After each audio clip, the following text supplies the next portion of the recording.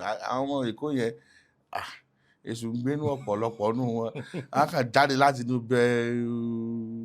bedroom báyìí a kàn ṣàṣọlẹ̀ báyìí ni sheep Jesus wọ́n ní mo lè léyìí ti wá kí ló ṣe á jẹ́ kó mọ̀ wọ́n torment mi. There was a time I was sleeping kàn rí ọwọ́ nínú under mi gbé ìbọn sọ́wọ́ mo kàn bẹ̀rẹ̀ sí ní gbó ìbò ní àwọn obìnrin tí mo bẹ̀rẹ̀ sí ní fún èbò gbé àwọn nonsense so ìgbà yẹn ni mo fi wá ẹsẹ̀ wá ní kí n má sun àárín èrò mọ́ so wá mú àwọn mature ladies méjì kan àtàwọn ọkùnrin méjì lọ́sẹ̀ wọn gba yàrá fáwọn separately.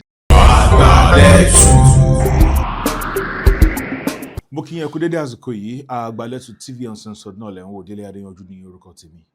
Lórí ètò lénìí mo ní àlejò lára àwọn tí mo ti máa ń wò nínú mìnípè ní theatre film industry tó jẹ́ pé mo ń rí ọjọ́ iwájú iṣẹ́ yìí film movie making tó jẹ́ pé mo rí pé àwọn náà gbé ọjọ́ iwájú yẹn dání. Wọ́n dẹ̀ ti ń fi àpẹẹrẹ bí ọjọ́ iwájú yẹn bó ṣe máa rí. Ọjọ́ iwájú yẹn dẹ̀ ti bẹ̀rẹ̀ ń sìn. Mo sọ̀rọ̀ nípa Ben Oben fíìmù yìí tí mo kọ́kọ́ wò ẹ sọ title ẹ̀ fún mi ní last night ẹ̀kọ́ detective script movie mo pé àbáwọ̀ lèèyàn ṣe ń ronú báyìí ibẹ̀ mo ti fojú sí yín lára pé no this person pé ọpọlọ fíìmù ẹ wà pa. Ẹ káàbọ̀ s'Àgbàlẹ́tù. ẹ ṣeun ṣé àdálẹ̀ wà olúwa ṣe wọ ẹ fáyín ṣá. báwọn Yorùbá pọ̀ lé. Irọ́ ni ẹ̀yin gan mọ̀ pé àádúmáradán ẹ ti máa marry àrí. I'm married. Ẹ̀dẹ̀ láwọn girlfriends tẹ́ẹ̀bà tiẹ̀ láwọn tẹ́ ń wá ẹ máa láwọn tó ń wá yín bí life ṣe rí nìyẹn kọ́lọ̀ máa yọ owó obìnrin lọ́rọ̀ wa nítorí ìmọ̀ tẹ́ fẹ́ sọ. èmi gan ò rí sọ ó sálẹ̀ lọ. All right, so Ben Oben mo mọ̀ yín sí kí lórúkọ yín gangan. Orúkọ mi ni Ayọ̀ọ́lá Benedict Tèmítọ́pẹ́. Ọmọ ìlú wo ni? Ògbómọ̀ṣọ́ ni mi. Ògbómọ̀ṣọ́ Ògbómọ̀júgùn. Ògbóṣẹ̀gì ìlú tá ti fapá ewúrẹ́ jiyàn. Ìlú kábíyèsí ọba Gandhi. Bẹ́ẹ̀ni. Okay, báwo ni ẹ jẹ́ àti ẹ̀kọ́ wo academic background yìí? Mo bẹ̀rẹ̀ ilé ìwé ẹ̀kọ́ ní Royal Kids International ní Ògbómọ̀ṣọ́. Actually Unity mo ti bẹ̀rẹ̀ ní Kafanchan. Okay. Unity Nursery and Primary School ní Kafanchan. So later I moved to Ògbómọ̀ṣọ́. So mo lọ sí Royal Kids. Láti Royal Kids mo lọ sí Victory Model College. Then mo lọ University of Abuja. I read industrial chemistry. Then mo ti ṣe àwọn course pẹ́pẹ́pẹ́ kan. Mo ṣe leadership and entrepreneurship ní Ghana Institute of Business and Public Administration, GIMPA. So education background mi ni. Industrial chemistry. Yes sir. Àtàwọn nǹkan tẹ so ẹ̀yin kàwé gan. Gbogbo tẹ wá kà gan ọ̀sẹ̀ ìjọ filmmaking. Orílẹ̀ mo ṣáàṣe láàrin. So industrial chemistry ebi oil company ló yẹ kí ẹ ti máa ṣiṣẹ́. Oil company tèmi náà ní fíìmù. Bí àwọn Chevron. Àbí fíìmù lọ́lọ́run fi ṣe tèmi. Why film? Bó ni interest film yẹn ti bẹ̀rẹ̀? Well, interest film I think is let me say àbímọ́.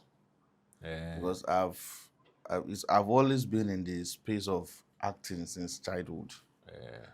When I do a throwback, ìgbà tí wọ́n bí mi gbà yẹn, my dad used to be àwọn tí wọ́n máa ń help àwọn ní theatre. You know, I'm kind of àti pé wọ́n máa ń ní talent tí business ò jẹ́ wọn ráyè talent yẹn. So tí wọ́n bá rá wọn tó ní, wọ́n máa support wọn. So my dad was a patron for a theatre group back then in the north. In fact, Baba wa Shokoti was one of them back then. So, and my dad, so when I came, he brought his theatre people to come and perform on my naming ceremony. I don't know, but I don't know, register theatre. Then, as a Christian, going on from a Baptist church, drama okay, as a drama ní Ari, as a drama ní BSF, as a drama ní gbogbo ẹ̀. So each time ni mo máa ń ní opportunity láti lead. Every time nígbà yẹn tí mo wà ní primary school, tá bá ṣe end of the year party, mo máa ń gba best actor. So dẹ̀ pé iwájú náà máa ń sábà ń fi mí sí káwọn yẹn class mi ló ṣáà máa ń gbégbá orókè. So it has been something I've been doing láti kékeré. Ìgbà tí mo wá dé university, ibẹ̀ gangan ni mo ti explode. University of Abuja. University of Abuja. Because then Ben kan, Abuja kan, poster ni everywhere, stage performance in B, stage performance in B. So ìgbà yẹn mo ṣe, in fact I've just been doing it from onset. We got to break one no. Ó wù yín ni. Ó wù mí. So I just felt like kí ni mo wá ṣe ní chemistry gan. And even my lecturers would just say, you know that you are not supposed to be here. Your poster everywhere. Kí ló ṣe ń bí? Man, don't worry, let me have this knowledge. I know where I'm going. So it's just a natural flow. Okay. So báwo ni a dispensation tá a wà yìí? Yes, sir. Tó jẹ́ home video and everything. Báwo lè ṣe wá bẹ̀rẹ̀ after school? Well, I started before I left school. The first film I acted on, this man, Fred Ariko, he came to Abuja, so mo wá ṣe stage play kan lọ́dún náà lọ́hùn. So he loved it, and then he invited me to Lagos. Picking up àwọn ṣe film kan gbà yẹn. That was the first time I met Rotimi Salami. Tẹ́ bá rí àwa méjèèjì ọrùn wa dàbí go magi ni. Yeah. So thereafter, when I came back, àwọn ANTP Abuja ń gbà yẹn náà wọ́n ṣáà wá mi wá, you are doing well, okay, come and join us. So mo ṣáà bá wọn ṣe díẹ̀. So when I was ready to move to the southwest, then I just decided that okay, I would like to go further, and this is me ò kí n fẹ́ bẹ́ sí nǹkan kan. Mo máa ń take time mi gan kí n tó make a decision. So mo wá jókòó mú pé ọ̀dọ̀ ẹni ta ni mo fẹ́ join, okay. So I have this passion like pé tí mi ò bá tí lọ film school, mo lè máa bẹ̀rẹ̀. Ọgbà tí mo wá wò pé mo ti rí admission Toronto Film School lẹ́ẹ̀mẹ́ta tí wọ́n sì fún mi ní visa. Mo pé wo jẹ́ kí n bẹ̀rẹ̀ níbì kan. So I spoke to my dad. Ọ̀rẹ́ dáàdì mi dẹ̀ ní Century Pictures of a blessed memory. So wọ́n á pè mí, ó ní Ìbàdàn ni mo ń gbé. Mo ní bẹ́ẹ̀ ni, tọ̀dọ̀ ta ni mo ti fẹ́ kọ́ṣẹ́. Ó ṣáà dárúkọ everybody, mo ní no. Ní I want Murphy Afolabi. I was like, Murphy Afolabi bò. Mo fún ẹ ní mú ìwá. Mo fún ẹ ní kinní kan. Mo ní I want Murphy Afolabi. So he was like, ọmọ yìí is stubborn. Kí lẹ́yìn rí nínú Murphy Afolabi? Nǹkan tí mò ń wò nínú filmmaking ó pọ̀ ju pé bóyá ká sọ story lọ. As of that time, mi ì rí ẹni tó náwó tó sí film tó mọ́ film wáyé. I stand to be corrected. When we talk about glamour, when we talk about filming in every location that matters, not just pé kí ṣáàjà bò mọ́lẹ̀ níbì kan, I think I give it to Murphy back then. Murphy lè lọ yà sí nǹkan ní Canada, ó lè lọ yà sí nǹkan ní China, ó lè lọ. So mo máa ń like aesthetics film Murphy. Gẹ́gẹ́ bẹ́ẹ̀ náà yìí sọ pé ẹ rí film mi kan tẹ́ like last night. Ó ní film kan náà tí Murphy náà ṣe ń gbà yẹn tó jẹ́ action film. I see him trying to play with editing, special effects, and which is not common at that time. That time, everybody just wants to do family drama and the like. So, ọkàn mi ó stick more on that. The number two is that I know Murphy used to do incantation and this, that. And I'm a kind of person that mo fẹ́ ní idea nípa every sector. So, mo pé ìbí náà lè kọ́ ọ̀fọ̀ díẹ̀ mbẹ́ yẹn náà. Mo lè láwọn experience kankan díẹ̀. Mo ní I choose him. So the man was trying to confuse me. Mo ní àní tí mo fẹ́ nìyẹn. You know, when I was shooting my first film with Murphy, Funṣe Adeolu, he was my role model back then. So I insisted that I want him for my set. Ben, báwo ló ṣe dọ́dọ̀ Murphy? Wọ́n fún ṣọ́ọ̀nì ààrẹ. Báwo ló ṣe dọ́dọ̀ Murphy? Mo ní tó wù mí nìyẹn. Mi ì rírú tí ẹ rí o. Because it was like, it's a two parallel. No, that's what I want. And one of the best decisions I've made so far. It's not without its own challenges and ups and downs, different beliefs, different perspectives, but I still felt like it's still the best decision I made. Ṣé ẹ pọ̀ lọ́dọ̀ Murphy? Big boy is an understatement. Ọjà ni. Ọjà lọ́dọ̀ Murphy. And I'm going to work face early time in here because Murphy likes me. Látòrí education and... Yeah. So I think I was one of the people that used to do 2 scene, 1 scene, alubarika. Àwọn yòókù káṣá dà wọ́n mérò, dà wọ́n mọ́ kinní kan. So But tí wọ́n sì ní fún mi láwọn opportunities people now complain from this side, complain from that side. Show nìkan ni, ọmọ olówó ni, àbẹ́ ti gbówó fún Murphy, kìnìkan. But Murphy will say, ọmọ ẹ̀ máa ti ń ṣe. Ṣé ẹ̀rí bó ṣe deliver alliance yẹn dáadáa ni? So he gave me the confidence. I must be sincere. He's somebody who believes so much in me. And tell about rẹ̀ tó bá gbàgbọ́ nínú èèyàn, ó máa ń fún èèyàn ní agbára yẹn á máa dé sí ni. Because tó bá rẹ̀ tó fẹnu yà ẹ́ balẹ̀, àbẹ́ni tó sọ pé báwo ni tí ẹ ṣe jẹ́, ó máa ń weak èèyàn. So Murphy gave me that confidence. He believes so much in me. Now, ṣé àwọn wo lẹ rántí pé ẹ bá lọ́dọ̀ Murphy Afọlábí? Wàsó. Ọmọọṣẹ́ ni Wàsó ń gbà yẹn náà. Bẹ́ẹ̀ni. Àmùdá.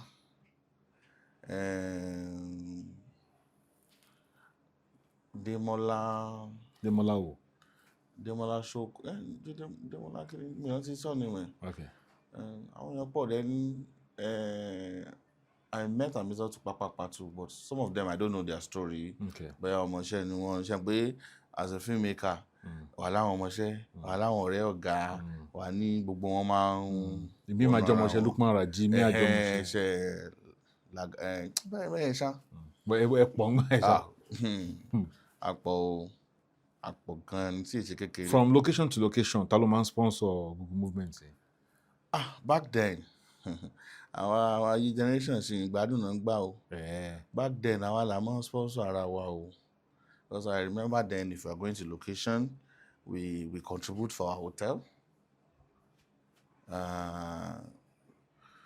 We practically pay for our food. Àwọn kọ̀ọ̀kan nínú wa tí ọ̀gá bá like lè fún wa change díẹ̀ which at some point mo fall sí category yẹn pé bẹ́ẹ̀ wọ́n ti ránṣẹ́ báyìí síbi. But ìgbà yẹn self-financing ni.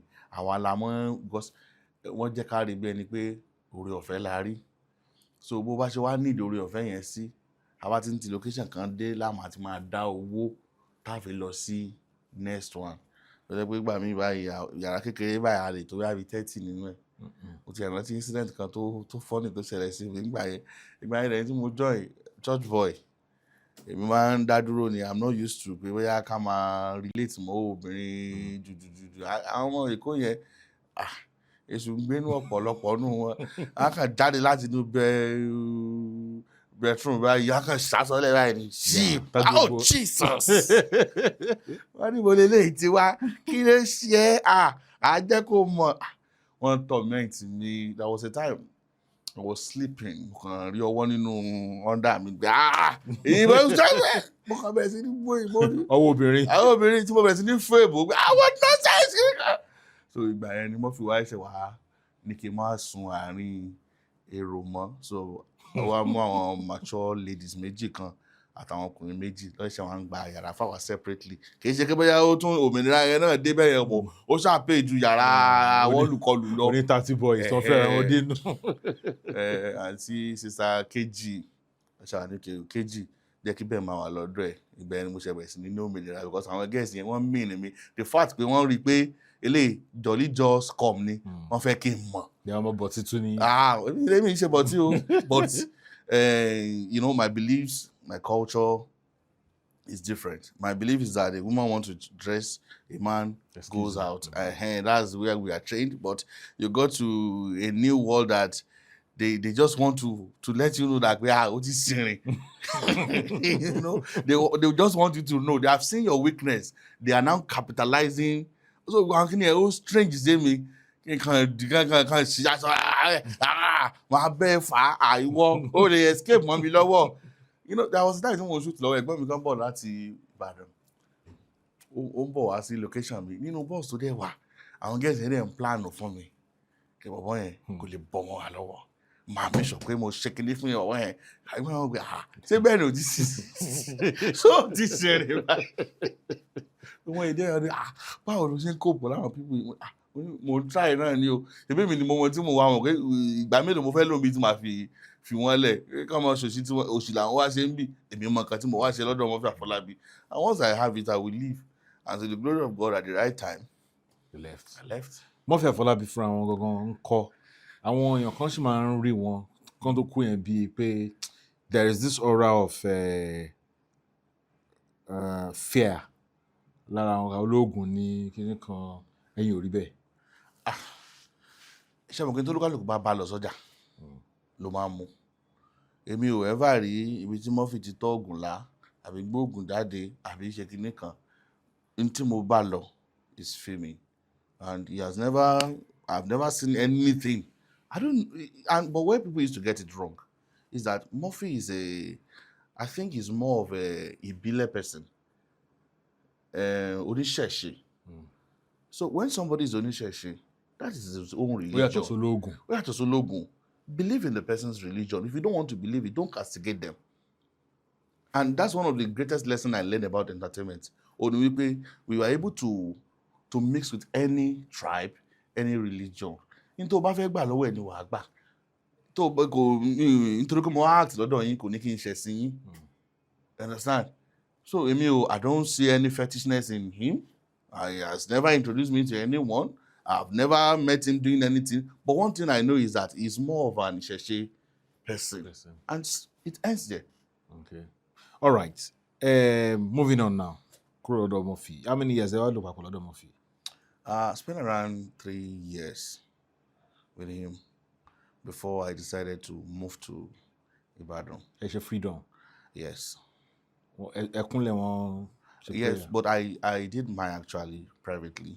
Okay. Because I told him I don't believe in the noisy graduation music thing. Lere, I don't really like it. Okay.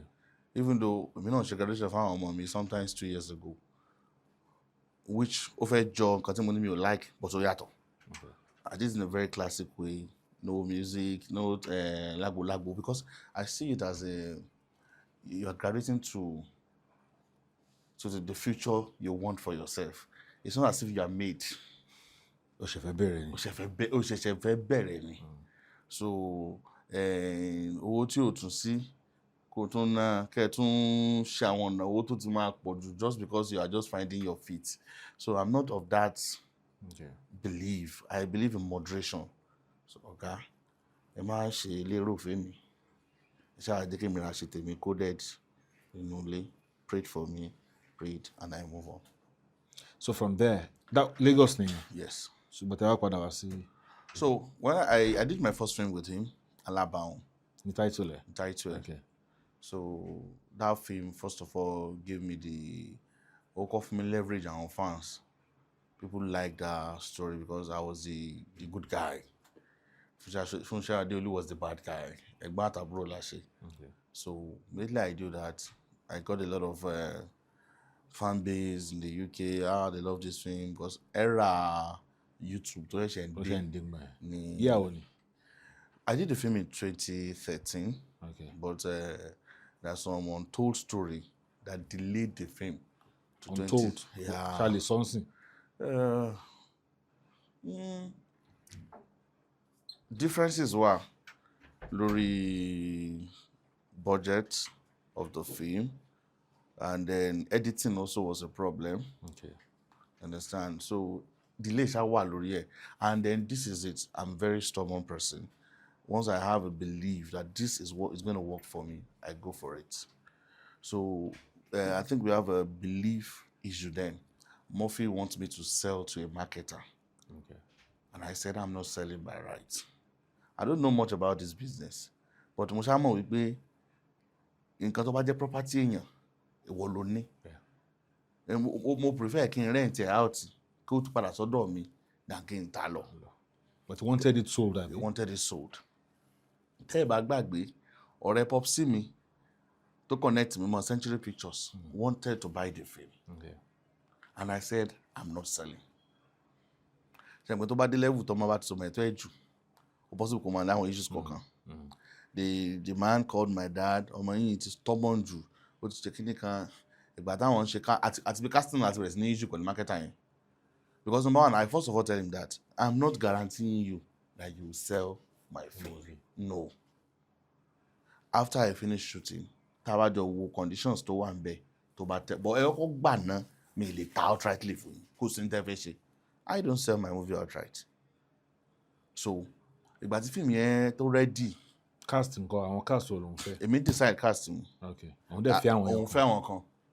Ìgbà yẹn ó dárúkọ àwọn kan lóòótọ́ lónìí ìbò wọn ti balance dáadáa ṣùgbọ́n gbà yẹn ìbò wọn balance and it's more of a corporate settings movie. Yeah. And you know I have love for Funshe Adeolu and Rose Odika, you know she was into English very well then, so I picked Rose Odika, Raf Niyi. So I just have a way of doing my casting that there are people that I know that deliver for me both in Yoruba and English. A sentimental casting. So any one insisting by it, and the first problem was that any low and gboro, any low money no. So ṣe mọ̀ pé tó wọn bá tó wá gbọ́n jù àwọn àgbàlagbà náà wọ́n á fẹ́ jẹ́ kó mọ̀. So the marketer also fẹ́ jẹ́ kí n mọ̀ nígbà yẹn. So I don't like talking about marketers because it's always like everything people say about them are bad. No, and to èmi ò kò ṣe mí níkà because mi ò gbà. Nǹkan tí mo fẹ́ lọ́dọ̀ wọn kàn connect mi mọ́. Èyí tó ń fi lọ̀ mí kì í ṣe dandan mi ò gbà.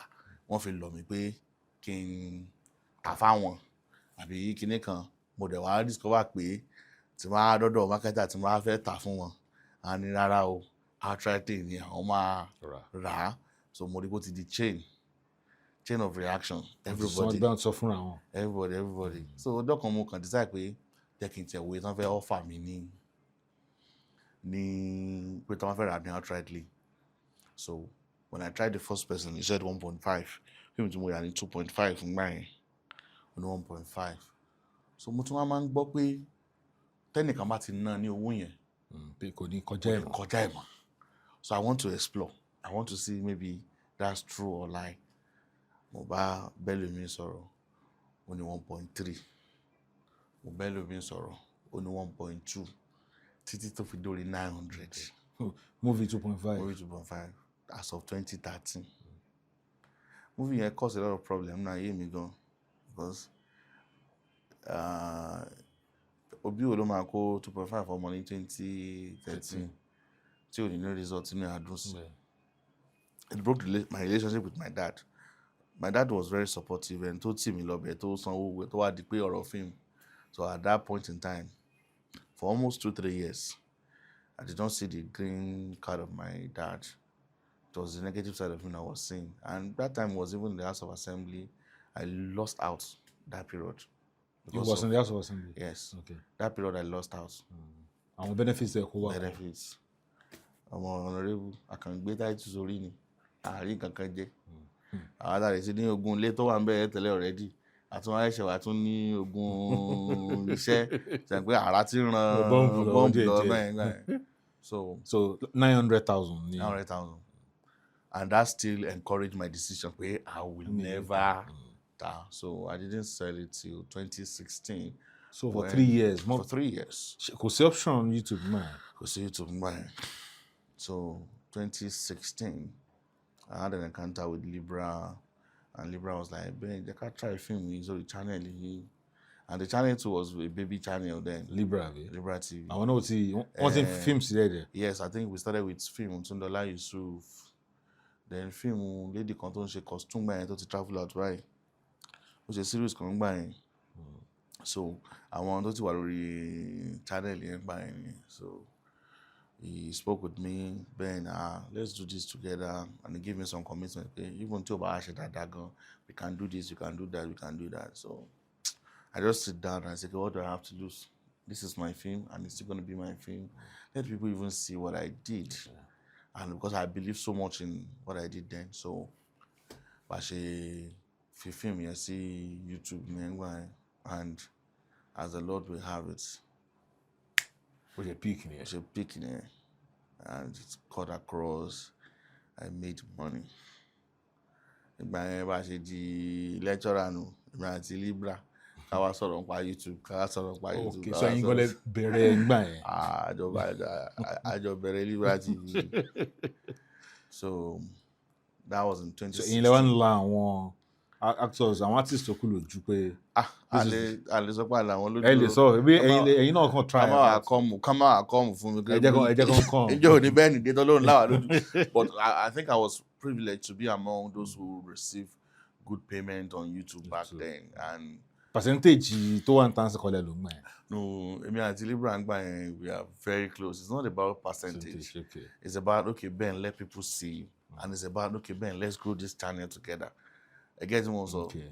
So Libra fẹ́ grow. You know, fẹ́ grow. And so since we are together, he has the platform, you have the movie. So it wasn't about the percentage. I can't even remember how we did it, but I know there was no problem between us. You made the money back. Yes, we. Yeah, I think Ojulo, because I can remember the first payment was around 1.7 million, and then we were only gone. And later subsequent payment, then it's still my film. Later I sold it to different companies, and it ended up a blessing, though it come at a cost. Okay. You know, time by gun, and Timo Feng by gun. Ó fi sọ̀rọ̀ sí mi láàrin kan. Ó ní fíìmù náà ló ń gbé kí tó rí ta yẹn. Challenges mo face nígbà yẹn ó lọ fà gan. Nígbà pé lẹ́kùn tí for that 3 years. Bọ́ọ̀lù ẹ̀yẹ settle pẹ̀lú daddy. Well, first of all, the only weapon I used to use for anybody who is happy with me or angry with me is success. When you're angry with me, I give you the liberty. It's your right. But I put my effort in what I do, that my success will not give you an option than to make peace with me. Yeah. So when the film came out, it was everywhere. And my popsy said, and you don't need to do much for my dad. He's a very appreciative person. When you're back, daddy me too. Only we want to lolly. The only mama, So can't So when the film came out and people started calling him from everywhere, your son did this, your son, I think money that girl. I remember about that I just sorrow. Okay, baby, birthday was June 22nd. Mo gba owó YouTube ní June 24. Wọ́n sanwó fún wa lọ gba $, 24, and on the 26th, that blessed morning, I was just waking up. Mo kàn recall that evening. Àmì mo kọjá pé, hey, ní bàbá yìí tó fẹ́ wí. Hello, dáre báwo ni? Mo okay. Lọ sọ́dọ̀ ọ̀rẹ́ mi lálákíá, kò lọ gbé mọ́tò kan bẹ́ẹ̀, lọ gbé ìtọ́ bá wù ẹ́. Go on a nice day. Bam, records. Paṣẹ parí ìjà náà.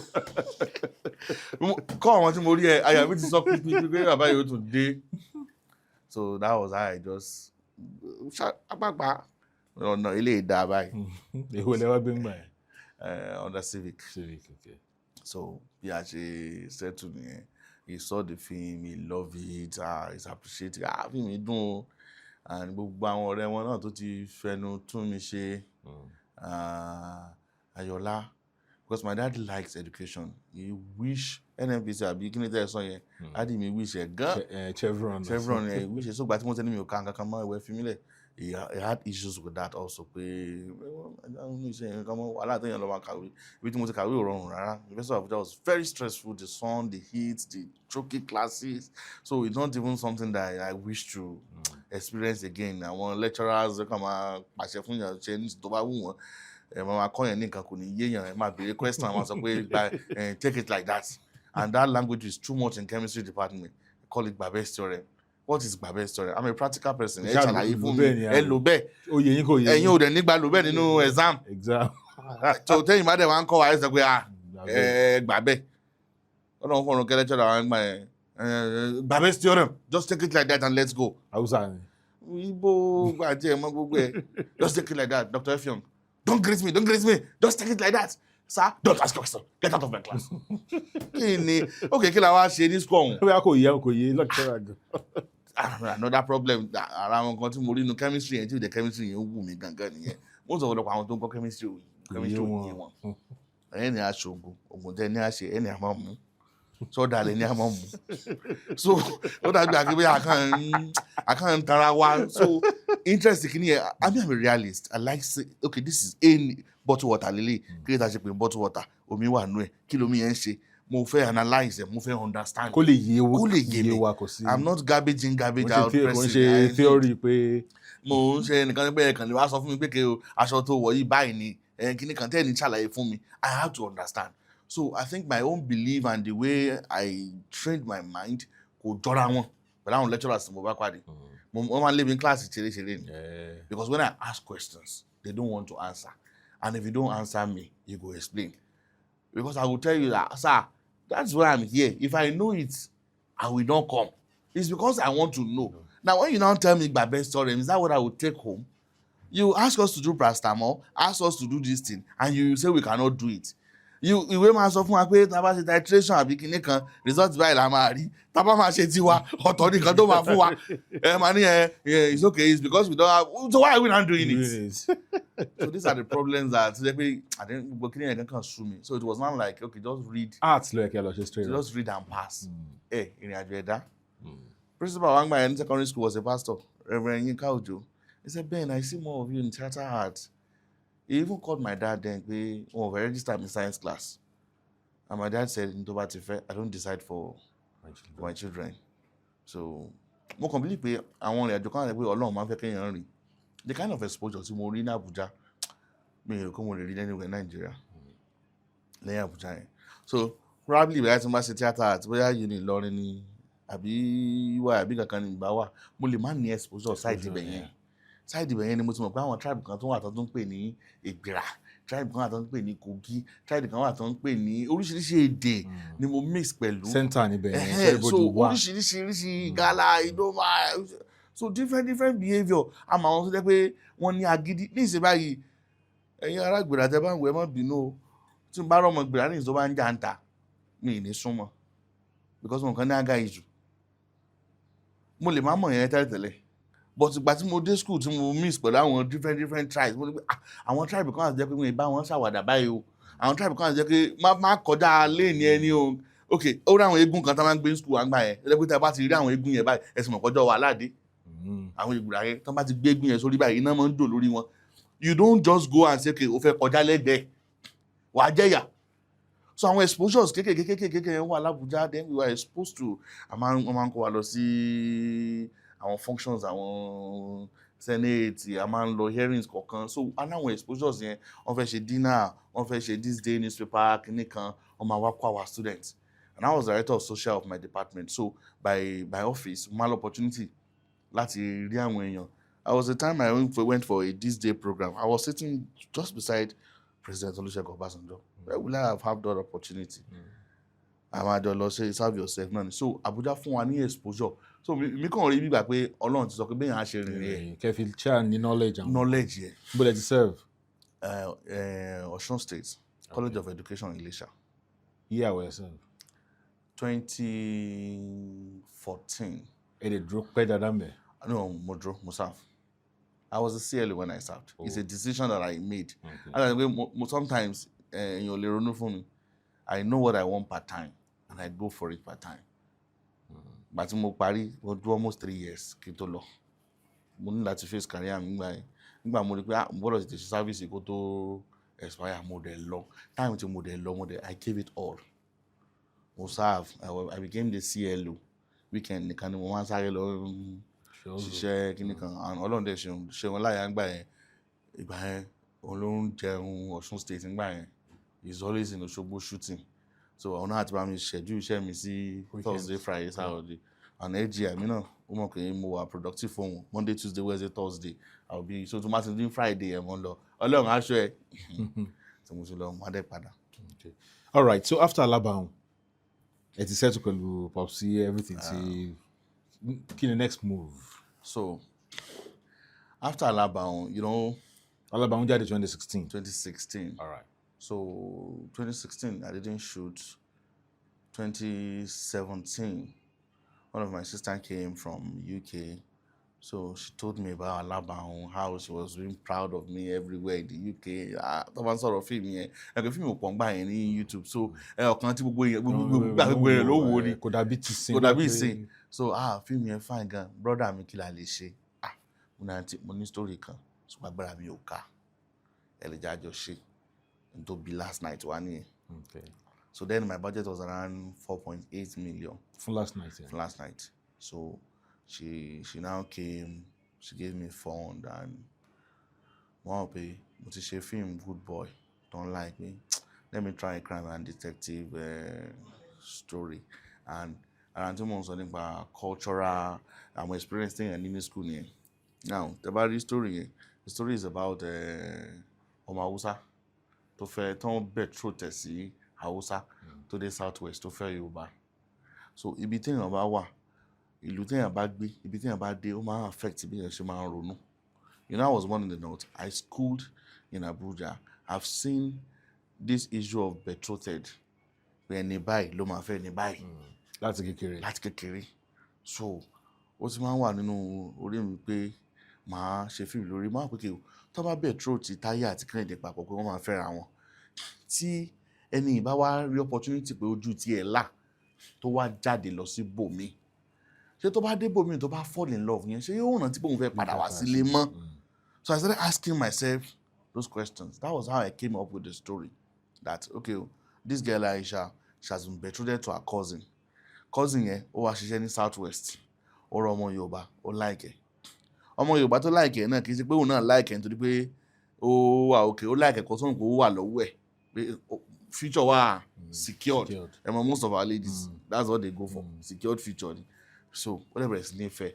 Okay, tó wá wà nílẹ̀ Haúsá yẹn, ṣé òun máa wá wòran pé ẹni tóun ti dúró dè láti bẹ̀rẹ̀ ayé òun kẹ́nìkan wá dé lọ́jọ́ kan kó wá gbà. So irú nǹkan báyìí ó lè fa crime.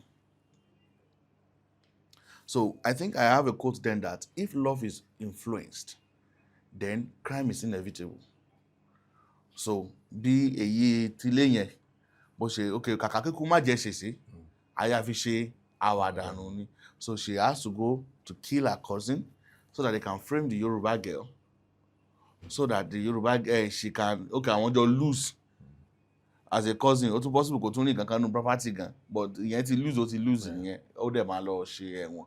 And her calculation was 100%, ó work fún wọn. And that time, the government tó wà ní tàǹgbà yẹn is Hausa, IG Hausa, president Hausa, gbogbo àwọn tó wà ní change case yẹn, àwọn pé ọmọ Yorùbá kankan pa ògo tiwa lọ. So definitely they will fight back. So every evidence was pointing to the wife because they slept together in the same room. Jide Kosoko movie. They slept in the same room, and on the day láàárọ̀ wọ́n bá yàwó tó mọ̀ bẹ́ẹ̀ dání tí ń sunkún. So everybody believe pon ló papọ̀ ẹ̀. Fingerprint ẹ̀ ti wà ńbẹ̀. So how do we solve this puzzle? Not until we have an investigative officer who put his life on the line. Pé kí òun fẹ́ mọ̀ nǹkan tó ṣẹlẹ̀. So he started following up with each of the family members to know ibona nwo ibona kó tó di ká pé this Aisha girl has a double life. Ó máa wá ní Alájà, ó máa bọ́ṣọ, ó máa wọ club. Then he started having interest in that girl. So bẹ́ẹ̀ sì ni tẹ̀lé káàkiri pé wo ló ń lọ. Okay, ó tún ti change títí tó fi ká pé okay, báwo ni girl gan ṣe jẹ́ sí his cousin they want to betroth her. Definitely ó possible kò jẹ́ kí bóyá òun ló pàgẹ́ yìí kó lè bá àdáràn òun náà sọ gbogbo tiẹ̀. At that point in time tóun ń ṣe wàhálà tiẹ̀ yẹn ìyàwó tiẹ̀ ti kú, ọmọ tó ní wọ́n tún ti kidnap ẹ̀. Because wípé kí okay ṣebí nítorí pé ó ráyè ló ṣe ń tọ́jú bọ nǹkan tó yẹ kó tọ́jú bọ̀. Ẹja kidnap ọmọ ẹ̀, tá a bá kidnap ọmọ ẹ̀ yóò give up, and wọ́n kidnap ọmọ ẹ̀ kò dẹ̀ give up. So títí tó fi wá expose wọn, and advantage pé mo gbá Hausa, mo ti lọ school ní north because mo ti gbàgbé ẹ̀ tẹ́lẹ̀ nígbà tí mo wà ní Ògbómọ̀ṣọ́. Ìgbà tí mo padà sí Abuja ni mo tún rántí padà. So ó kàn sọ Hausa sí lọ́yà ti gọ̀ kò mẹ́ni tó ń sọ̀rọ̀, ó kàn jábọ́ sí ní ọwọ́ ni. So lo one or two brain láti fi get ọ̀tọ̀ ẹ̀, and he has recorded everybody. So that was how he exposed the. So ilẹ̀ tó kọ̀ kọ́ fún ẹ láti bẹ̀rẹ̀ dé parí. Fantastic movie. Ìjọ́ tí mo wò ọjọ́ yẹn mo wá no mind mo fún yín message. Fíìmù yẹn ni àwọn èèyàn fi Adélabáwọn, people appreciate me as an actor. Last night, people appreciate me as a filmmaker. Yeah.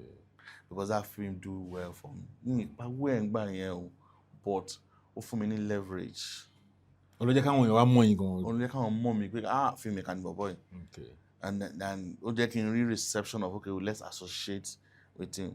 like one of my producers ot boat tó bá ti rí mi báyìí Mr. Ben last night only me will recover film yẹn and she did a lot of good things together because of that movie. Even bro Saheed Balogun tó dẹ́ we are like father and son today. It's because of that movie. Okay. So that movie has done so well for me, and I'm looking forward to do something in that direction. To my detective, detective story. But the people to very close. Come here, I got to film to be on. So ele make away.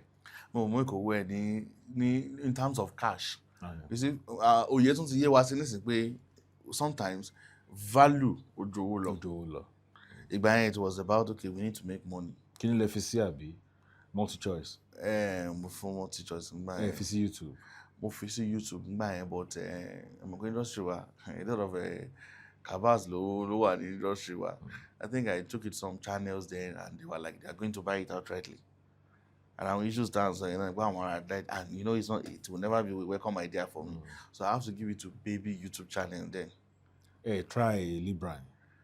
Libra, no. It wasn't an option then. Can I even remember? It wasn't an option then. Okay. So, ibi tí mo ṣe mistake kan gbà yẹn, mo gbé fún Funke Akindele. Wọ́n dẹ̀ pick ẹ̀ ní Sin1 TV nígbà yẹn.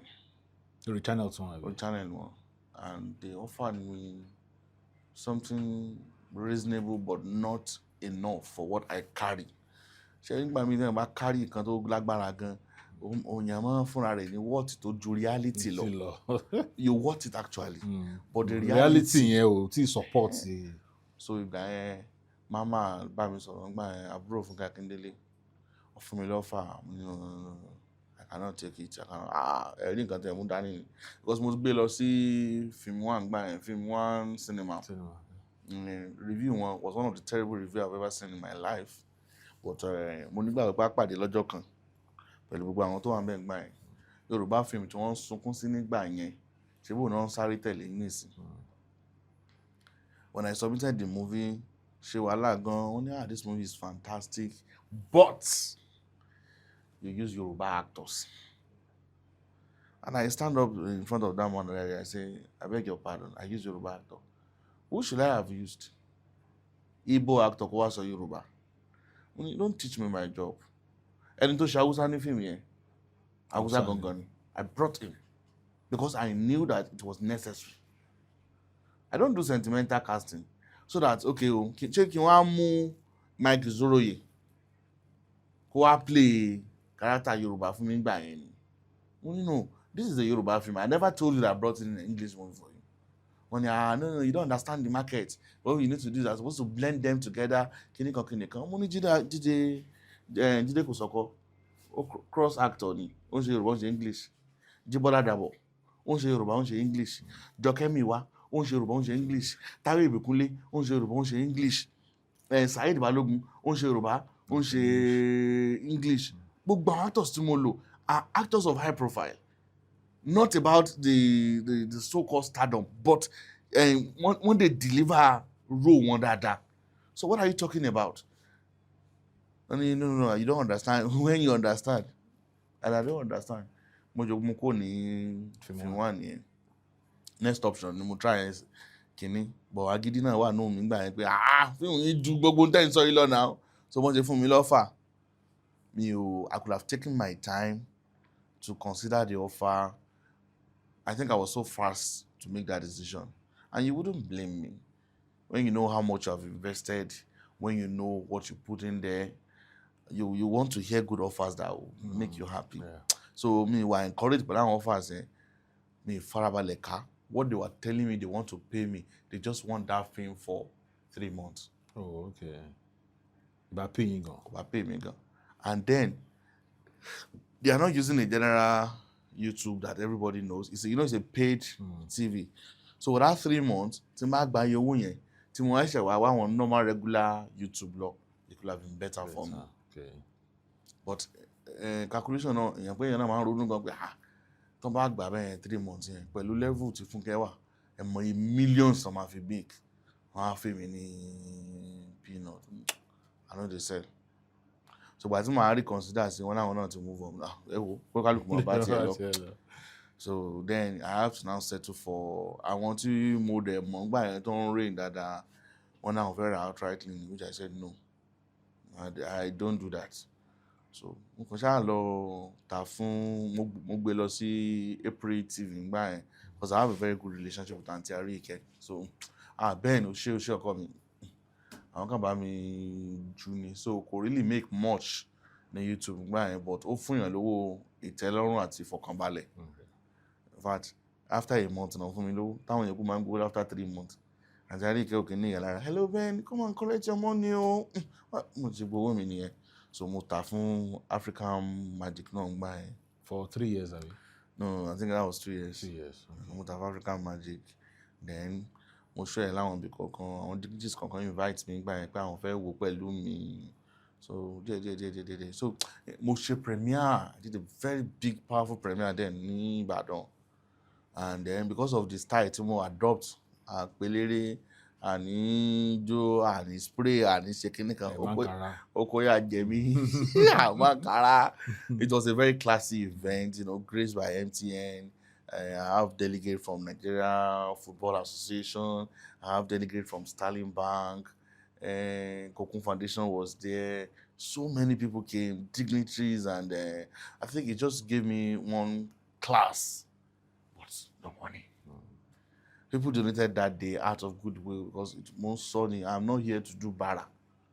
I'm showing you my craft. If you have any, so Emi Oje Sorowo, Baba Bale Ayorinde was my backbone. This guy. I don't go tell you. I like him. This guy cannot be this intelligent. I will not encourage him. So yeah, gonna can be 1.7 join because me I said I don't want any donation. I don't want any music, and to my surprise, you won't believe who came to my premiere that day. MC Oluomo. Wow. I was so surprised. Hello, invite him. He heard about it in the UK. Okay. He went to UK, so he heard that film bọ̀bọ̀ kan wà tó fẹ́ jáde because mo ṣe kinní kan tí mo fi for everybody lẹ́nu láti wá fún premiere yẹn. Mo edit the film yẹn sí 17 minutes. That 17 minutes was very powerful. So once you see the 17 minutes, you want to see the entire movie. So 17 minutes, then you upload on my blog, so people want to see the entire movie. So he also met with some of his friends in the UK and they talk about it and he said he was going to come. So he came. I think he gave me 250 that day or something. So that was how last night came. So I really in cash. But when we talk about value, it gives a leverage, stability. It makes people want to associate with quality. Like that boy don't shit. And then with the help of God, and I must give credit to my director then, because my direct. So it was a teamwork between me and Bogumbe Ngbaye. Okay. Abiola Bogumbe Paul. So we really work together. And we fought like when two people that know what they are doing come together. And may the Lord keep this our Egbo for us. Lukman Abdurrahman, it was the DOP. I remember about Davidson Kanleye Odo Elegele, ta Fijasi. Bogumbe, no, I know what I want. He said, Ben, I know, you know that I know what I want. That's why you called me. So we have to strike a balance. Far. Lukman kan wá bá mi join. Ó wá bá wa báyìí. Ó ní Ben, ó mọ nǹkan tó ń ṣe. Ó mọ̀. Bogumbe ó mọ nǹkan tó ń ṣe. Ó wá ní, but the rule of life is that you cannot win everything in life. Only you win some and you lose some. Only Ben, you have won so many things on this set. Can you please allow Bogumbe to win this one? Weak. I just frustrated for Bogumbe. I'm sorry. Then we hug each other. Then we fire on.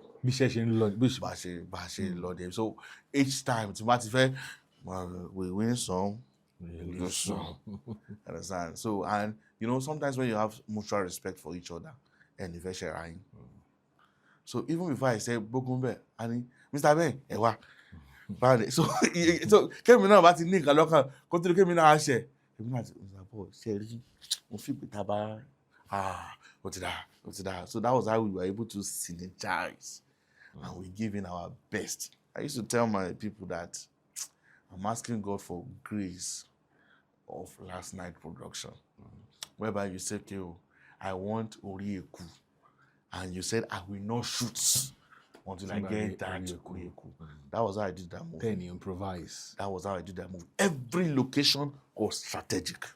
There was no way ẹja mo mọ́lẹ̀ síbi. No. Ìgbà tí mo lọ ShopRite, tí mo débẹ̀, ìgbà yẹn kò tíì sí anybody to shoot in ShopRite. When I went to the manager, gbogbo èbó tí mo sọ, no, we don't allow it here. Mo ti ń jáde lọ, mo kàn tán padà ni. Mo ní ara àwọn ọmọ Yorùbá dẹ̀ nìyí. Ara àwọn tó máa sọ pé Yorùbá fíìmù ò dá, ó dẹ̀ lẹ́wà níyí. And you see a young man that was trying to survive, you cannot support him. God is watching you. Mo sọ ọ̀tọ́ àwọn mo kàn lọ ni. Ó ní please go and call that man. Ó ní àǹjà sà. Mo ní àwọn tó ń lo ShopRite lẹ́kọ̀ọ́ táwọn ọmọ Igbo ń lò ṣé wọ́n ní orí méjì ni? Ṣebí support náà wọ́n fún wọn. Even if it's a token, if you want me to pay, I will pay. Money, but don't deny me of my picture. Why would we buy?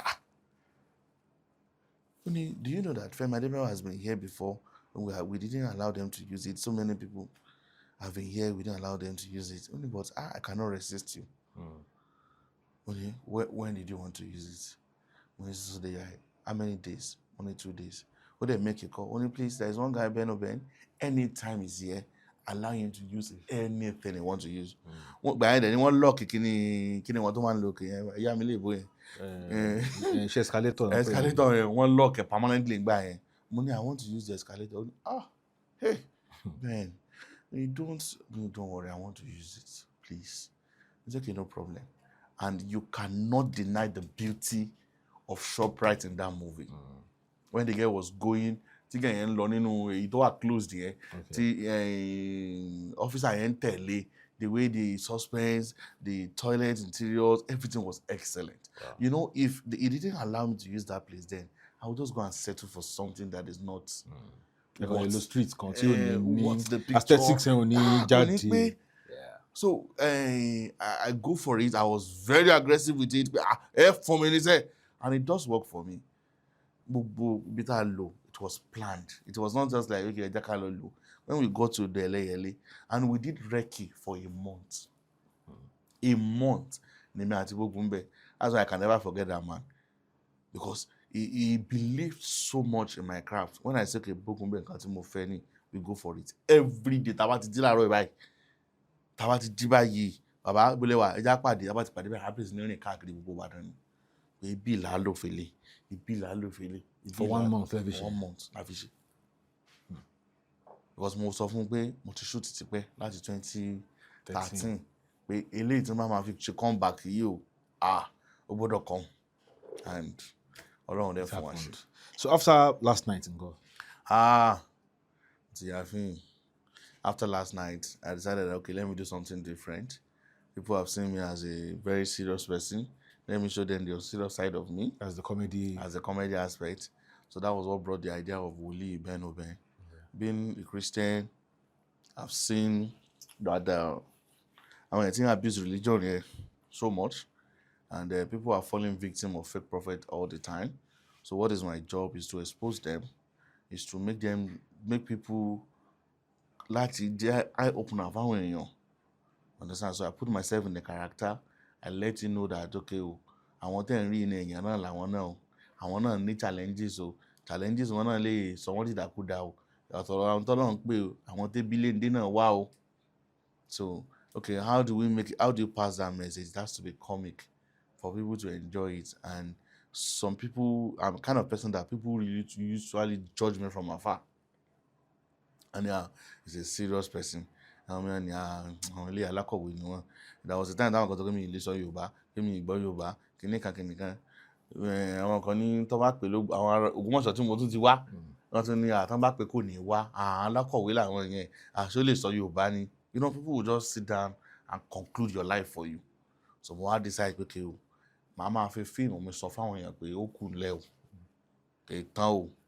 So that was what brought about Woli Woli Ben Oben. Benoben. Okay. So after I did Woli Benoben, But Woli Ben Oben, apart from that movie, it's a feature no movie àwọn ẹlòmíì tẹ̀ ẹ̀ ṣe Woli Ben Oben. yes, mo máa ń ṣe dandan Fáwọn fáwọn èèyàn mi. Understand? So it was when people started seeing it like so why let's say comedy by they started calling me for comedy. So thereafter I've done a couple of movies.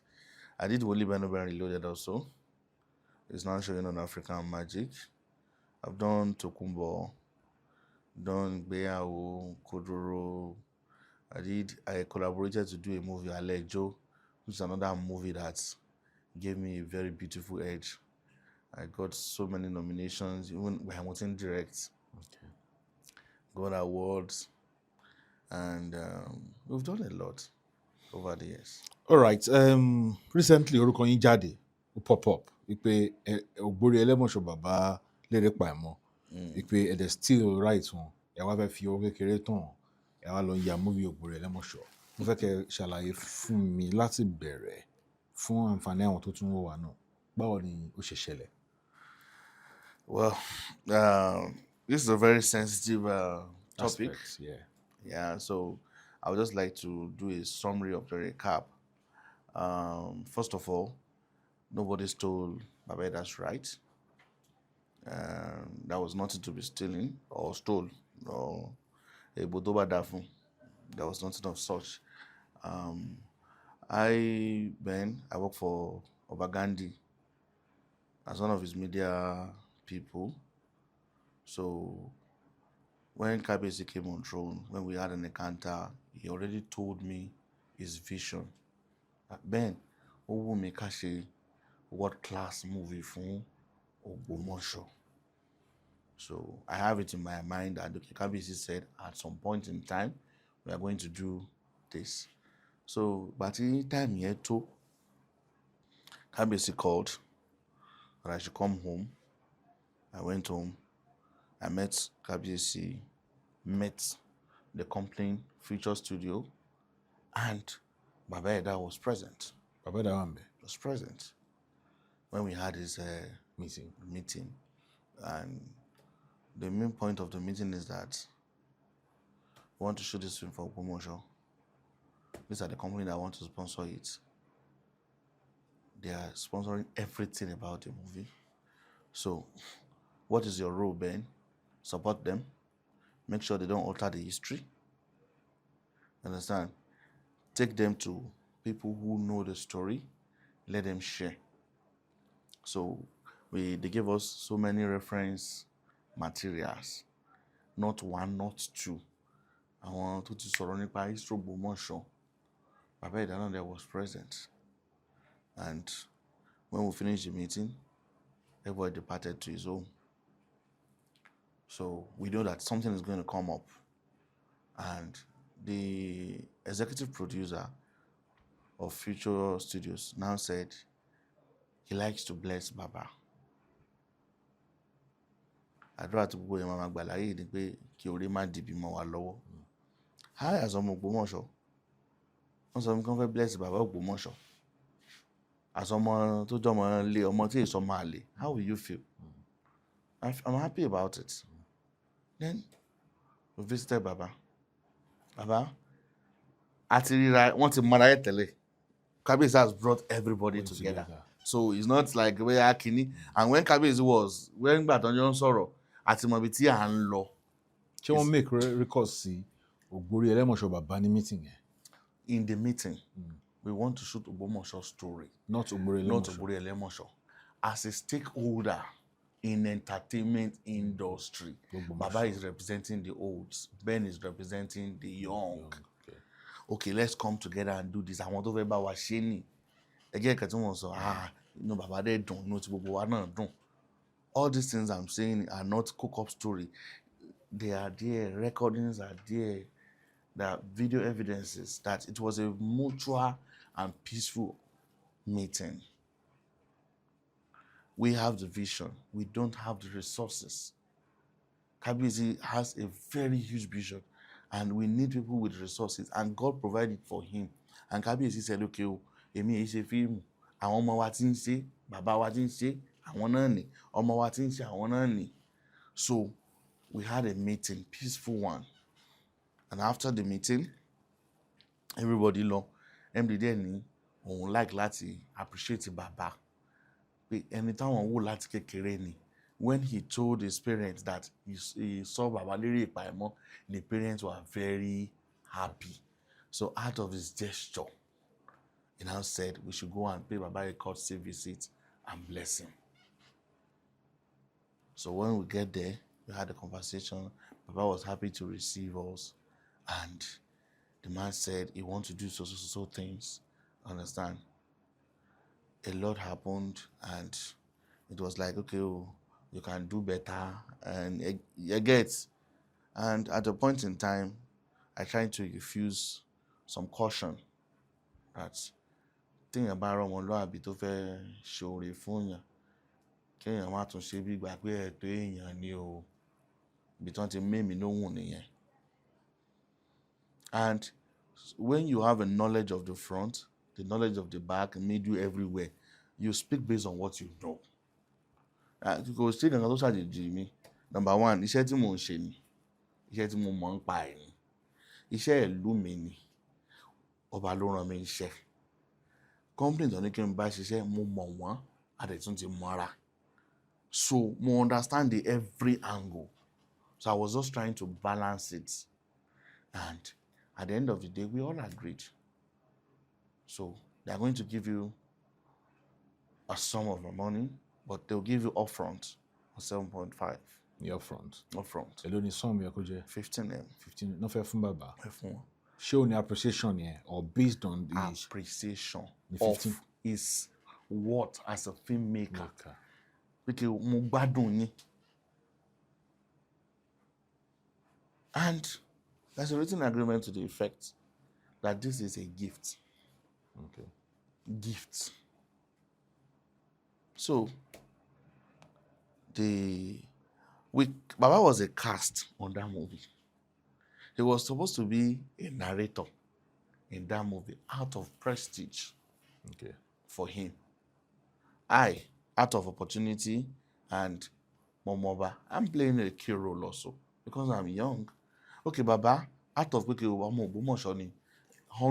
fún Baba kí Baba kúkú fẹ́ kan sọ ìtàn nínú film, and there is a fee for that apart. Ó yàtọ̀ sí 15 million. Ó yàtọ̀.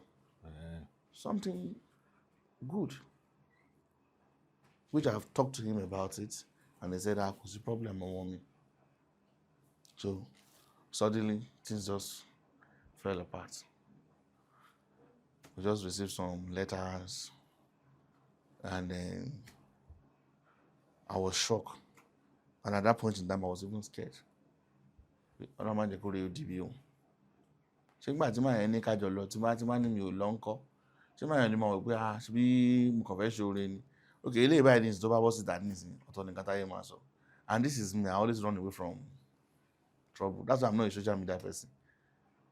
Ibi táwọn yẹn ti ń pawó nìyẹn, I know, but tí n bá wo trouble tó wà mí, ó ti pọ̀ jù fún mi, Ọlọ́run ṣàánú èmi náà, ọ̀nà tó máa gbà ṣàánú mi.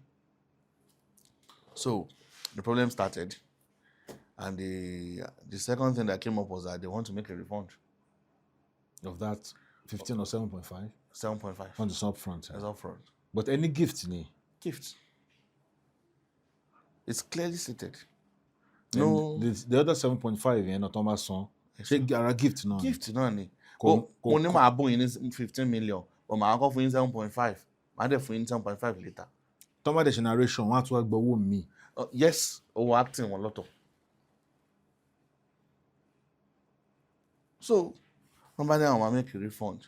Time date tó yẹ ká need wọn lórí set. We call kí bàbá ká rán wọn létí, wọ́n náà wọ̀ ní wá. But okay, issue ti wà ní. The next thing ni pé ká send the refund. Èmi náà dẹ̀ máa ń send gbogbo letter sí, because èmi ni intermediary. When I got the letter, I forwarded it to the company. MD, Ben, what's going on? I said, I don't even know. But as of now, we have all our rights and approval from KBC. KBC is the owner of the town. This is an history ìlú lélẹ̀. We are not using anything from him. We are not using the story. We are not using his title. We are not using anything from him. So what's the problem? I only did that. Ṣé èsì pé mo ti wá ṣòro ṣe báyìí? Mo ní ẹ jẹ́ ká fi sùúrù sí. Because I don't even know the right words to use. Because I'm a spirit being. Mo máa ń ní ìmọ̀lára tó máa ṣẹlẹ̀. I foresee it. And mo feel pé with iṣu àtẹnumọ́ kí bí àwọn kìnìyàn ò ní ṣẹlẹ̀. Kí tí n bá fọmọ yẹn lówó, ọmọ yẹn máa nánà kùnà. Ẹ wá fẹ́ fọmọ yẹn lówó, ẹ wá pọ̀ ọmọ yẹn jókòó. Ogún bí ẹ ló gbà yìí o. Má nánà kùnà o.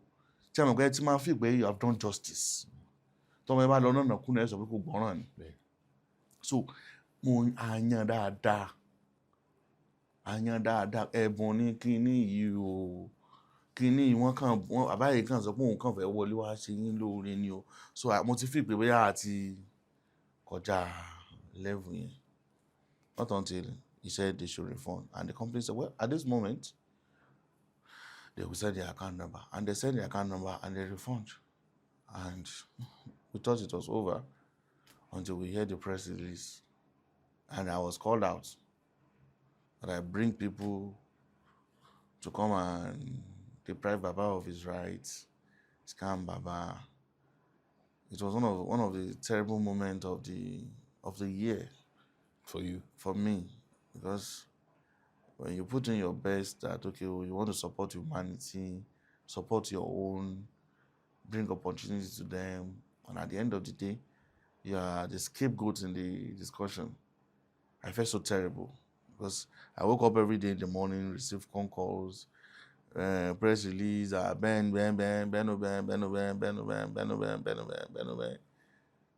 Èmi tí mò ń ṣe gbogbo wàhálà ìgẹ̀ Elemoso pa tí wàhálà wa pọ̀ tó báyìí fún mi. So many narration and many people don't even have the understanding of how these things works, and everybody just won't come. And Nigerians, we are emotional people. Yeah. We just throw emotions everywhere, and everybody just starts saying different sort of things. They want to rob Baba. They want to steal from Baba. Baba yẹn ló gbé wọn lọ jà, Baba ló lè. No. It's not like that. Baba is Baba gbogbo wa. Baba Ogbomoso is our pride, is our heritage. And I think the reason why I was in the meeting the first instant was because of respect. But is it true that there was a time he was called to make a budget for such a movie and he quoted 100 million socially? I had a story. I was not there, but what I had he said then was not 100 million. How much? I had he said 35 million. And right there, I had that. Kabisi said, no, that's not the kind of movie we want to make. Okay. That film, as a director, Thomas film making director, as of that time, I would say no. It's bigger than my profile. Because I gain 1 or 2 more. But as of that time, it's bigger than me. There are some productions that are bigger. So, and the vision is not for home video.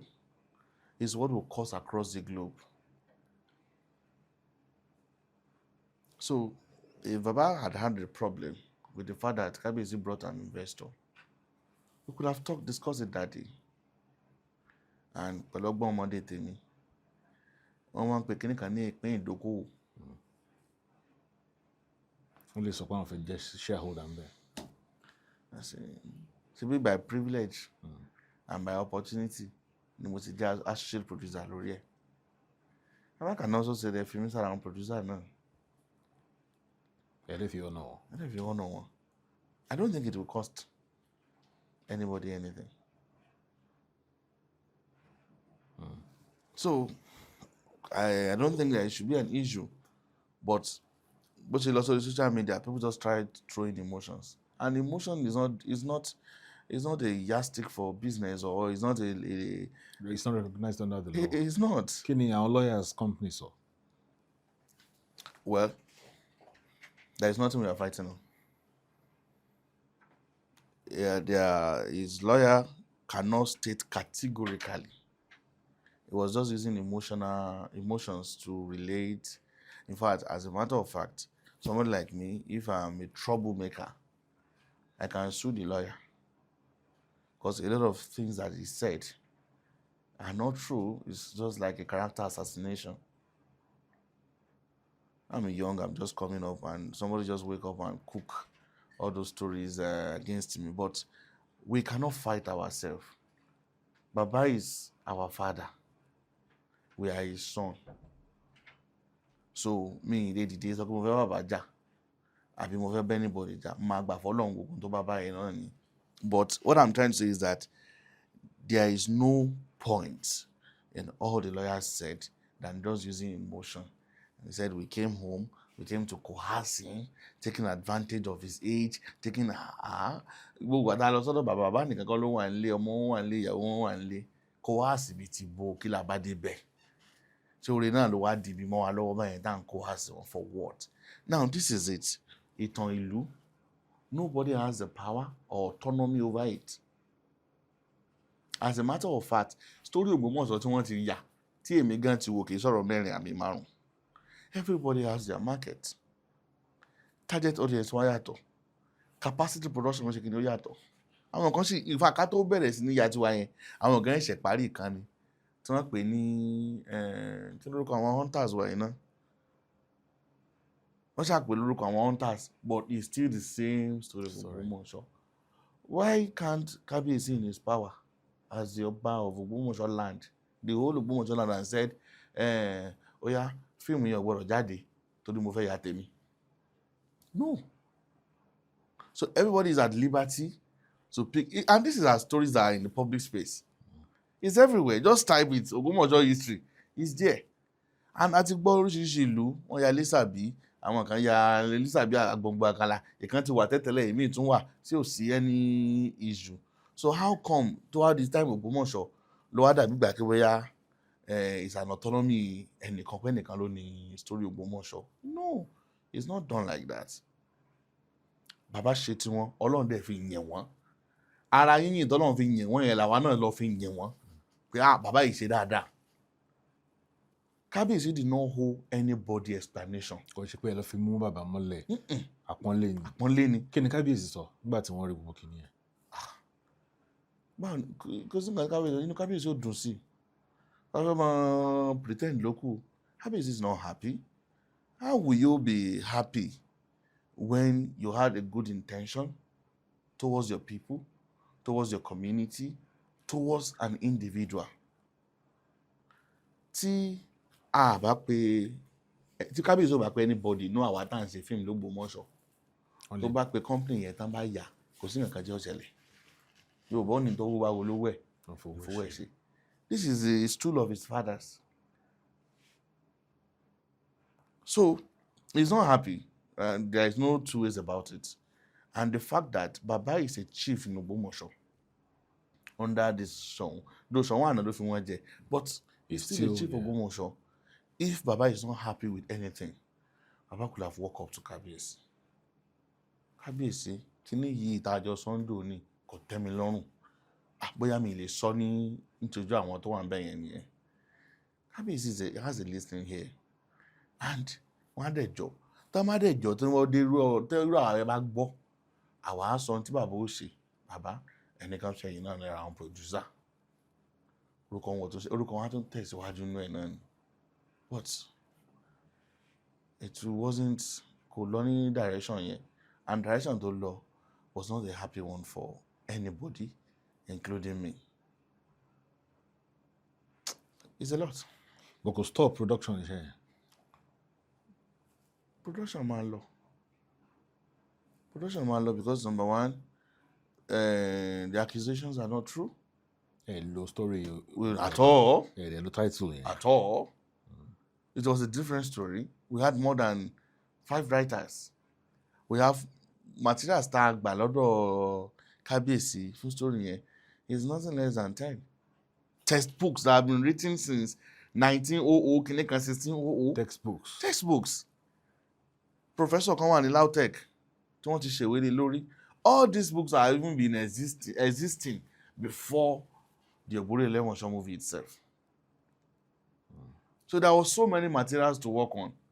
So many material, and there was so many rumors. They want to alter the history. They want to do this. Far from it. And that is where people like us are there to monitor. No. And people don't know our king, Oba Gandhi. They always assume they know.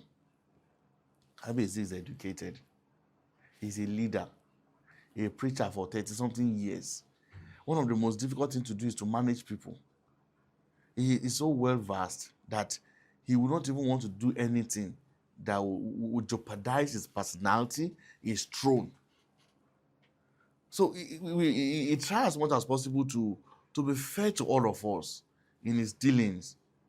Kabiyesi ò bá wa dá sí anything ju pé bẹ́ẹ̀ ni o, investor rẹ o, bóyá o, ìṣe tó dáa o, ẹ má ní wọn lára o. Don't stress them. They are paying for everything. Understand? They are just helping us to promote our city. And with the mandate that most of these films must be shot in Ogbomoso so that our people can benefit. And our people do benefit. Ọjà wa tà, àwọn èèyàn wa act, gbogbo àwọn bàbá wa tó ti act ti pẹ́, gbogbo wọn ló jáde, gbogbo àwọn stars wa pátápátá, we invited everybody. Tọ́jọ́ mọ̀ Ogbomoso. Those are outside. Even people came all the way from South Africa. Agbanaki came from South Africa. Gbogbo àwọn bàbá Otolo, gbogbo wọn, all of them were there and they were happy. Wọ́n ṣe everybody there. Everybody. Owó tí bàbá dá padà ṣe máa dá padà fún wọn. Mi sí ní account department. Mi lè sọ yẹn. Mo gbọ́ pé àwọn ọmọ wọn ni wọ́n náà rú kíní ẹ̀ sókè. Bí a ti bàbá kan bá, because mo wò pé tí bàbá bá quote, even kan tí ẹ̀ quote 100 million fún láti ṣe movie yẹn.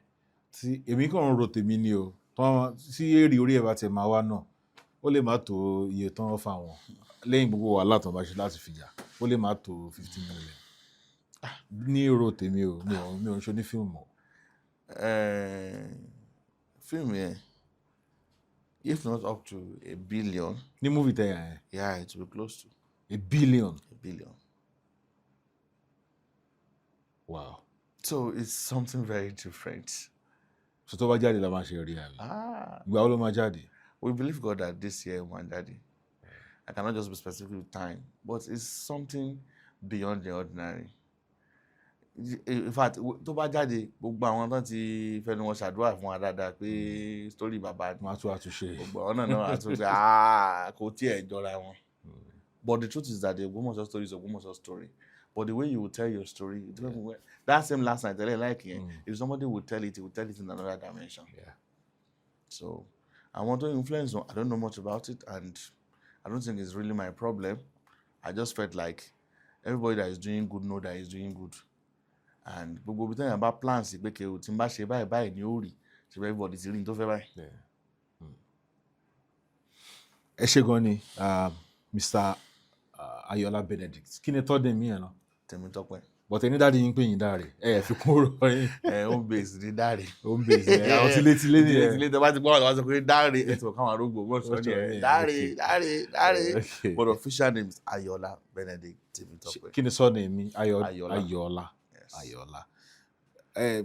Tí èèyàn bá kí mo sọ ń bẹ̀rẹ̀ pé ẹni tí mo gbé wá fine man or fine boy or fine man whichever tí ó dẹ̀ the future of movies but future yẹn dẹ̀ ó ti bẹ̀rẹ̀ sí pẹ̀lú àwọn nǹkan tá à ń rí àtàwọn nǹkan tó ti ṣe látẹ̀yìn wá tẹ́ bá dẹ̀ rí pé ọpọlọ wà intelligence so inú mi dùn gan láti host yín.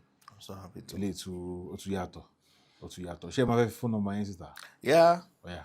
Then I run a film academy. Okay, ẹ sọ ń pa ẹ̀. Yeah, àwọn èèyàn máa like láti wá.